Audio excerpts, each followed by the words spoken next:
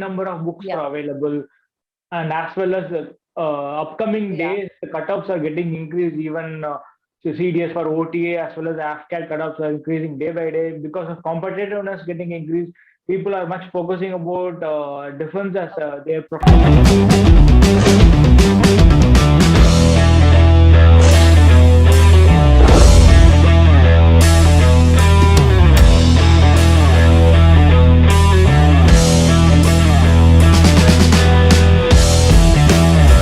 Hi Simran, welcome to my channel. Hi, Kishore. Hi, Kishore. Thank you so much. Yes, you're guiding people for AFCAT and CDS to clearing their doubts. Yeah. So first of all, I like to know Uh-huh. about how a person should prepare for CDS or AFCAT. So what are the things to be kept in mind and the preparation strategies? And currently, many people are getting bumbled by because of social media, because of many myths are Yeah. provoke their preparation being obstacle for them. Yes, yes, yes. Definitely, definitely. See, what I feel is, first of all, before talking about the strategy, what you should, adopt for CDS and AFCAT, I would like to tell here, as you noted very correctly, that we have so many distractions. We have distractions due to, social media, due to any other factors as well, right? So first and foremost thing that we require before preparation is that you should be, disciplined and strict enough to prepare, right? So if you are into social media too much, that before sleeping also you're scrolling your screens, okay, and whenever you get up in the morning, maybe you have put an alarm of 6 a.m. in the morning, but then you're getting up and switching off the alarm, and then again you're scrolling your screen. So I feel in today's world, what the biggest distraction is, our phone, our gadgets. So I would say ki, restrict its use. That is the first and foremost thing. So restricting its use will help not only for your written examinations, SSB, but in general in your life as well, right? So that is the first and foremost thing. To fix some schedule ki, from this timing to this timing I'll be using so and so gadget, and what I'll be doing with it. Cool. So I would say, talking about the pros of this gadget, okay, there is a lot of, I would say, opportunity out there on internet. In the COVID time, many of us are working from home, many of us are attending our classes from home, correct? So this is the thing that we can't keep it aside completely. So I would say, whenever you are using, use it as like for fun as well. But apart from this, like, use it wisely, because you have so many online courses out there. You have so many, like, current affairs you can read from there with respect to any of your subject. If you have any doubt, you can clear your doubts from there. There are so many groups on, say, your Telegram, your WhatsApp groups are there, through which you can connect to the people aspiring for the same, and you can have a like-minded set, with you, and you can prepare together. So this is how you can actually take help of the social media, and you can include it in your daily life. Yeah. So coming on to the strategy, first of all, apart from talking about the book list, that what a person should adopt, okay, first and the foremost thing, a pattern has to be followed, a pattern has to be formed, and which is same for any examination, I feel. So first of all, instead of just jumping to the book list, searching for the book list, and purchasing them, what is required is, you have to analyze the previous year question papers. Okay, try to see, like, past 5 years minimum. Okay, past 5 years के, get the previous year question papers. For CDS, after we have previous year question papers on their websites themselves. Okay, to have an like overview of them, see ki which section of which subject has been focused upon. Okay, and then make a list of all those, I would say, topics. On the basis of this, you will be able to know that, for example, history is a subject, and we'll take it as one unit as 100%. So obviously there is one portion, for example, modern India is there. So this is like a very important portion with respect to any examination. And you will find ki, if you have, say, uh, 5 portions of history in your examination, out of which 2 to 3 will be from modern India. So you will understand this thing when, not on the day of your written examination, but obviously you have to see this thing like before preparation. So that is the benefit of watching or analyzing the previous year question papers. So have a like brief idea and try to categorize which question belongs to which subject, and in that very subject to which topic. Okay, so this is the thing, and you have to see this previous year question with reference to your syllabus for the subject. So your previous year question papers and your syllabus go hand in hand. So when you're done with this thing, okay, then obviously simultaneously you can purchase your books, whatever books you find. We'll talk about the books as well.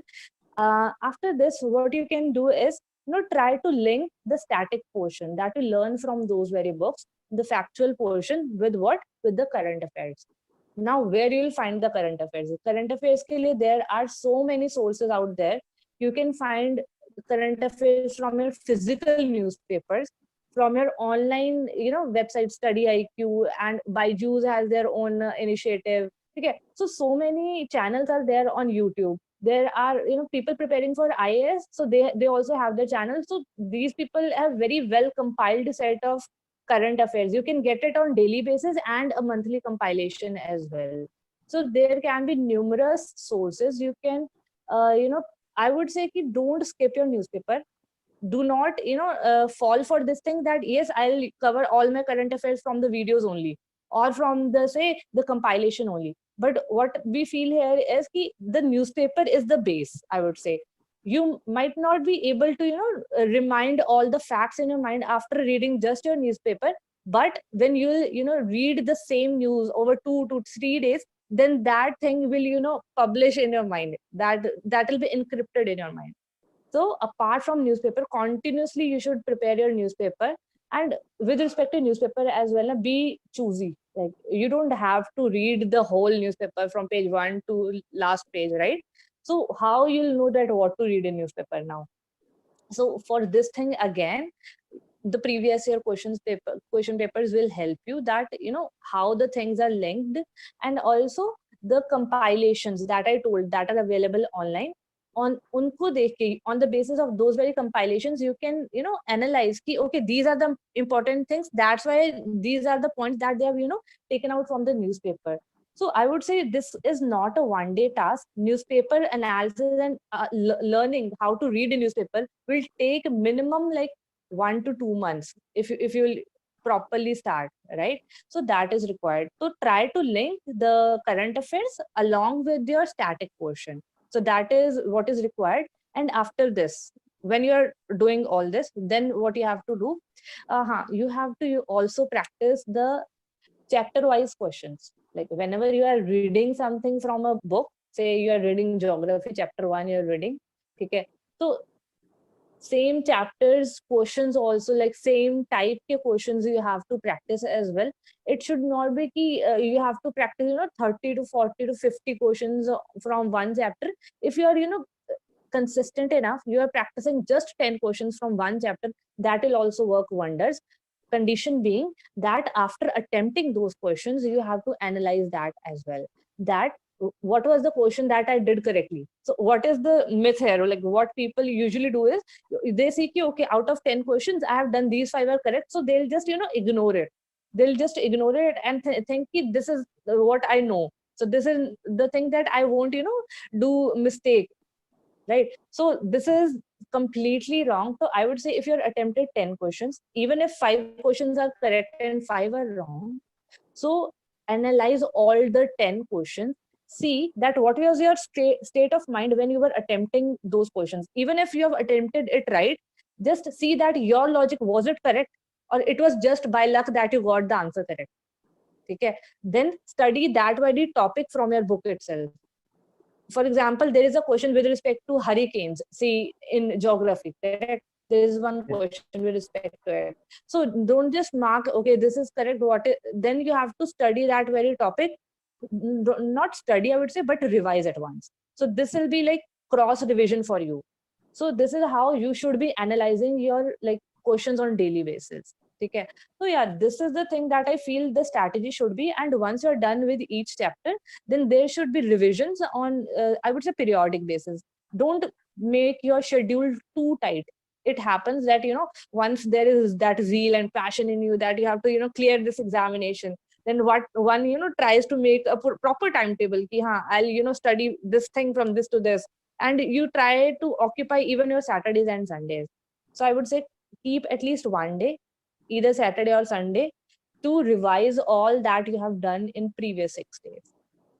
And I would also say ki, since we are not, idealistic beings, and we tend to delay our deadlines, we tend to breach our deadlines, even with respect to completing a syllabus. So I would say keep 5 days for studying. Sixth day, you should keep for, to complete all the things that you have left, that maybe you're not able to complete a chapter. So just to cover up. So till day 6, you'll be able to complete all those, the things that you've decided for the week. And on day 7, you should be revising stuff. So this should be the basic strategy with respect to any examination, be it AFCAT, be it CBSE, be it INET, any examination.